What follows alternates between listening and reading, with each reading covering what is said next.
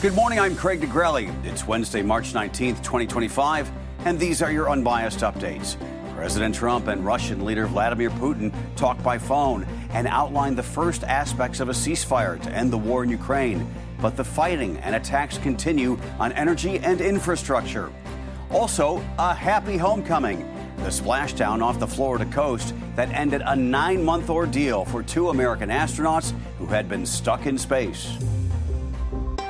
From the Straight Arrow News Studio, bringing the stories that matter to you from across the United States and around the world, these are today's Unbiased Updates. This morning, despite what President Donald Trump is hailing as a successful phone call with Russian President Vladimir Putin in negotiating a ceasefire in Ukraine, both Russia and Ukraine have launched air attacks damaging each other's infrastructure. Russia claiming this morning that a Ukrainian drone attack sparked a small fire at an oil depot in the southern part of the country. Meantime, Ukrainian President Volodymyr Zelensky says Russia targeted civilian infrastructure overnight, including a hospital in Sumy. Officials there say firefighters evacuated at least 147 patients, and the blasts also damaged part of a children's medical facility, but no injuries have been reported. According to a Ukrainian state railway company, Russia also carried out a drone attack on the electricity system powering the railways in a central region of Ukraine. The attacks come just hours after Putin accepted an American proposal for both Russia and Ukraine to stop targeting energy infrastructure for 30 days. However, Russia did not agree to a full ceasefire. In a statement, the White House said they did agree to start, quote, technical negotiations on implementation of a maritime ceasefire in the Black Sea, full ceasefire, and permanent peace. These negotiations will begin immediately in the Middle East, the statement added. Ukrainian President Zelensky then responded to the agreement between the United States and Russia in a post on social media saying, quote, today Putin effectively rejected the proposal for a full ceasefire. It would be right for the world to respond by rejecting any attempts by Putin to prolong the war. During his call with President Trump, Putin said the, quote, key condition for achieving lasting peace would be for Ukraine to stop rearming and receiving military aid and intelligence support. Zelensky also told reporters he hoped Kyiv's partners would not cut vital military assistance for Ukraine. He says he had phone conversations with key allies, including French President Macron and German Chancellor Scholz, and was confident they would not. A federal judge says the dismantling of the U.S. Agency for International Development at the hands of the Elon Musk-led Department of Government Efficiency was likely unconstitutional.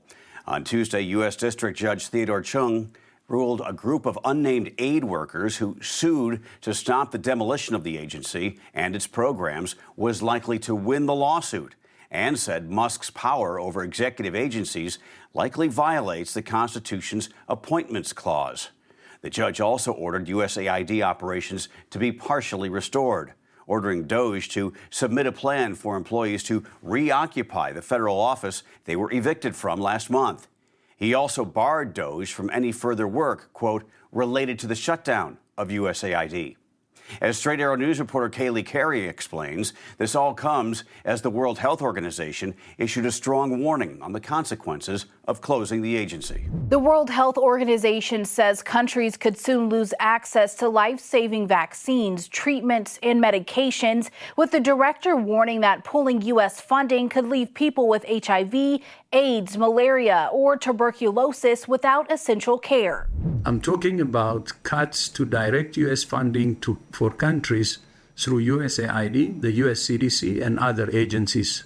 On Monday, the Global Health Agency called on President Donald Trump to consider the impact of ending funding for international aid programs through the U.S. Agency for International Development, also known as USAID.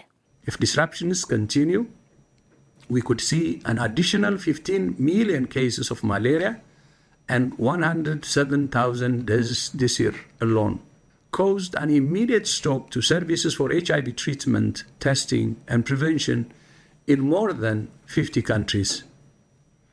8 countries now have substantial disruptions to antiretroviral therapy and will run out of medicines in the coming months. These statistics have led U.S. Christian evangelical groups to also sound the alarm, urging Trump to maintain foreign aid programs supporting the fight against HIV and AIDS. Within days of taking office, Trump put a pause on sending U.S. money overseas, including most programs under USAID's umbrella. Although the president's Emergency Plan for AIDS Relief, or PEPFAR, a 20-year-old program, is safe from budget cuts, evangelical groups say it still relies on U.S. aid for data relevant to its work. Since its start, the program has prevented over 25 million deaths, according to the State Department. Both WHO and the National Association of Evangelicals warn that decades of progress could be stopped and reversed, leading to a resurgence of AIDS. About 20 million people depend on medicines from PEPFAR. In countries like Nigeria, PEPFAR is the main source of HIV funding. In other countries, PEPFAR still delivers vital health services with clinics to treat other conditions as part of the fight against AIDS. The U.S. also has a responsibility to ensure that if it withdraws direct funding for countries, it's done in an orderly and humane way that allows them to find alternative sources of funding. That was our Kaylee Carey reporting. President Trump has said he's planning to remove the United States from the World Health Organization. As of now, the U.S. provides about 1/5 of the WHO's annual budget. In a rare statement, U.S. Supreme Court Justice John Roberts defended federal judges who have issued decisions against the Trump administration, saying impeachment is not an appropriate response to disagreement with the court's decision. Roberts' statement came after President Trump went on his Truth Social platform Tuesday, calling for a federal judge to be impeached after the judge, James Boasberg, temporarily blocked the Trump administration on Saturday from using the wartime law called the Alien Enemies Act to detain and deport non-citizens. The Trump administration was flying reputed members of the Venezuelan gang Tren de Aragua out of the country when the judge issued the restraining order. The flights eventually landed in El Salvador. Federal judges are appointed for life and can only be removed from the bench if they are impeached by the House and convicted by the Senate. Only 15 judges have been impeached in United States history, the last one being in 2010 over bribery charges. 8 of those 15 have been convicted and removed from office. History buffs, conspiracy theorists, and just curious Americans have a lot to comb through after the Trump administration released thousands of records related to the assassination of President John F. Kennedy. Straight Arrow News reporter Lauren Taylor has details on this long-awaited release. The release consists of approximately 80,000 pages of previously classified records, according to the Department of National Intelligence. Most of the digitized files come from the President's Commission on the Assassination of President Kennedy, also known as the Warren Commission, established by President Lyndon B. Johnson in 1963 to investigate Kennedy's death.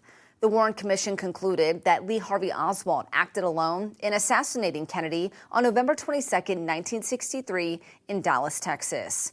The commission determined that Oswald fired 3 shots from the 6th floor of the Texas School Book Depository building, hitting Kennedy twice while the president was riding in a motorcade through Dealey Plaza. Oswald denied the claims and insisted that he was innocent, telling reporters he was, quote, just a patsy. Oswald was never tried in court because 2 days after Kennedy was killed, a nightclub owner named Jack Ruby shot and killed Oswald on live television while Oswald was being transferred to the county jail. The debate about whether Oswald acted alone or as part of a larger conspiracy, pointing to other organizations ranging from the mafia to the CIA, continues to this day. Today, per his direction, previously redacted JFK assassination files are being released to the public with no redactions, Tulsi Gabbard, Director of National Intelligence, said in a statement.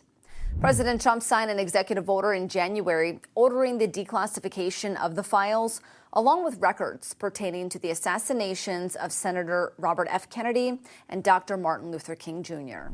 That was our Lauren Taylor reporting. Many of the files related to the JFK assassination in 1963 have already been disclosed, including 13,000 documents released during the Biden administration. However, most of the documents made public yesterday had previously been redacted, so there is a chance they might contain new insight though many experts say it's unlikely. And splashdown. Crew 9 back on Earth. What a scene and a welcome sight. Just before 6 p.m. Eastern last night, NASA astronauts Butch Wilmore and Sonny Williams returned to Earth as their SpaceX capsule parachuted and splashed down off the coast of Tallahassee, Florida, ending a 9-month ordeal. Medics were there to get them out of the capsule and put them on stretchers as they waved to the cameras. The two astronauts had been stranded at the International Space Station since last June. They had arrived at the ISS aboard the new Boeing Starliner for a mission that was expected to last about a week. But the Starliner came back to Earth empty due to various mechanical problems that made the spacecraft unsafe. SpaceX then took over the mission of getting them home. The arrival of a SpaceX capsule this past Sunday on the International Space Station meant they finally had a ride home. Wilmore and Williams ended up spending 286 days in space, conducting experiments and taking spacewalks. They traveled more than 120 million miles total. On X, SpaceX founder Elon Musk posted, "Congratulations to the SpaceX and NASA teams for another safe astronaut return. Thank you to the President of the United States for prioritizing this mission." Wilmore and Williams are both retired Navy captains who said the extended time in space reminded them of a prolonged military deployment and that it was tough on their families. The two will now have a few days of routine health checks at the Johnson Space Center in Houston before being allowed to finally return to their homes. Hey, here we go. March Madness is officially underway. Last night, North Carolina and Alabama State emerged victorious on the men's side. Both advanced in the play-in game called the First Four. Tonight, the NCAA women's tournament tips off. Straight Arrow News sports anchor Chris Francis breaks down the dark horse and Cinderella teams that could shake up the bracket. The NCAA women's tournament is slightly staggered from the men's showcase, starting one day later and then ending one day earlier in April. And with women's basketball not yet quite having the parity that the men's game has from top to bottom, the bracket is sometimes top heavy. That said, this year's version promises to have some March Madness moments because all the top teams are very, very good.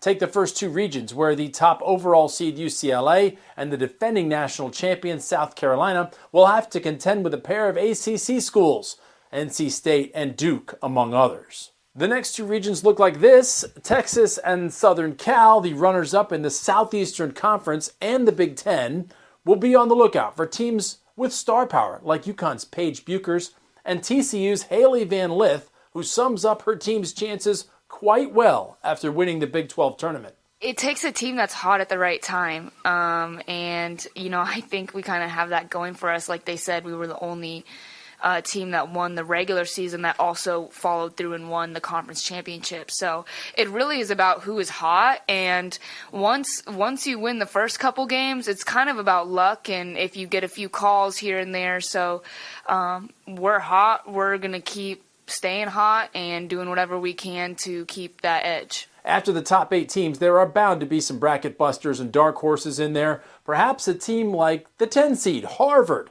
featuring Harmony Turner, who won their first ever Ivy League tournament over the weekend. Turner has averaged a whopping 31 points per game in her last 4. And how about Vanderbilt, making their second straight appearance? They're a 7 seed who could meet Duke in the second round. The Commodores are led by the backcourt duo of Michaela Blakes and Camille Pierre.